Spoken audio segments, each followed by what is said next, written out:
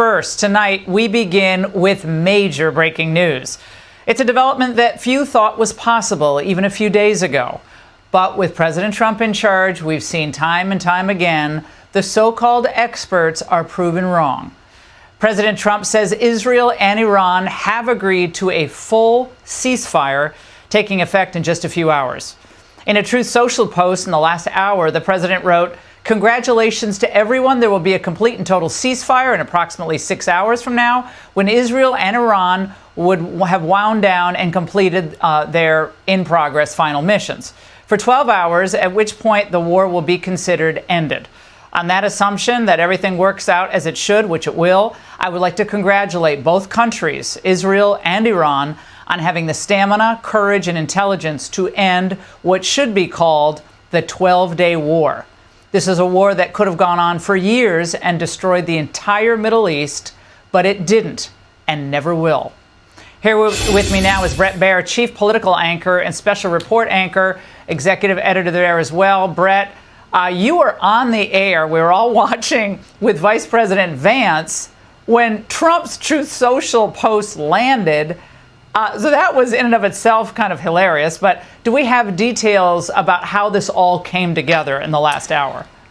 Well, Laura, good evening. It really was something. Let me just give you the behind the scenes. Trey Yingst was in the middle of wrapping up his report from Tel Aviv, and the producer got in my ear saying, "Trump Truth Social coming in the email right now." And I looked down, the vice president's right here on set with me, and as I look down to read it, his staff comes in with an iPhone so he can read the Truth Social as it's coming in. And Trey Yingst wraps up his live report.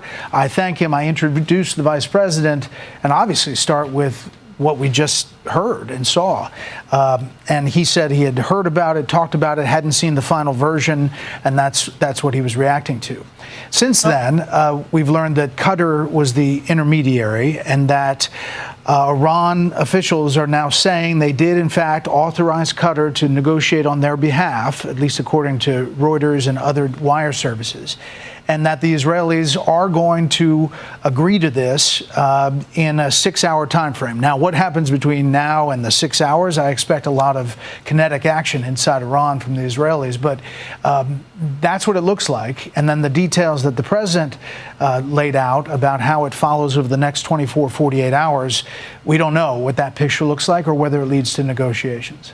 Well, what was stunning is that just in the last several hours, the supreme leader put out a statement saying, "We will not submit. We will never submit."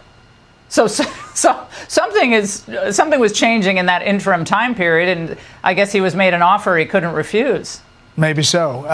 We don't know. The supreme leader is supposed to be holed up in a bunker. That the going thing in Iran, we're told, is that everyone doesn't know where he is except the Israelis and the U.S. And they have said that they could take him out at any time. I don't know what has transpired that changed the Iranians' bold action, other than to read the tea leaves here. They gave a pre-warning about the missile strike on Qatar and Al Udeid Air Base, saying this is going to happen, get your people out of there. And then the air defenses took down those missiles, including one from Qatar.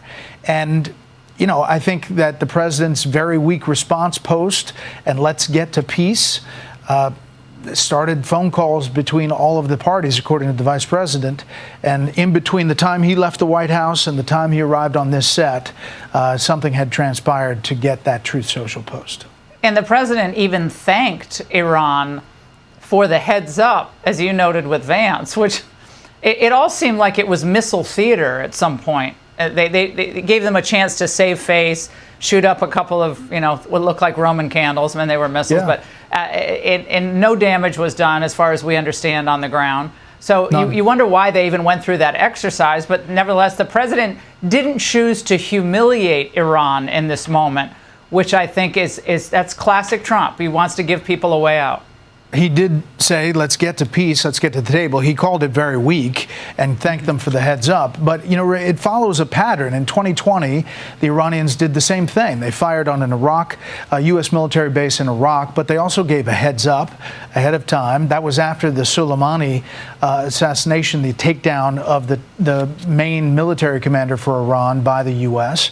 And so it follows a pattern. We'll see if this also follows a ceasefire, because as you know, the Israelis feel like they have a lot of superiority in the skies and they can take out targets at will. And they're on the cusp of making a big change to their existential threat. So it may be tough for them to agree to it, but I think the president is pushing.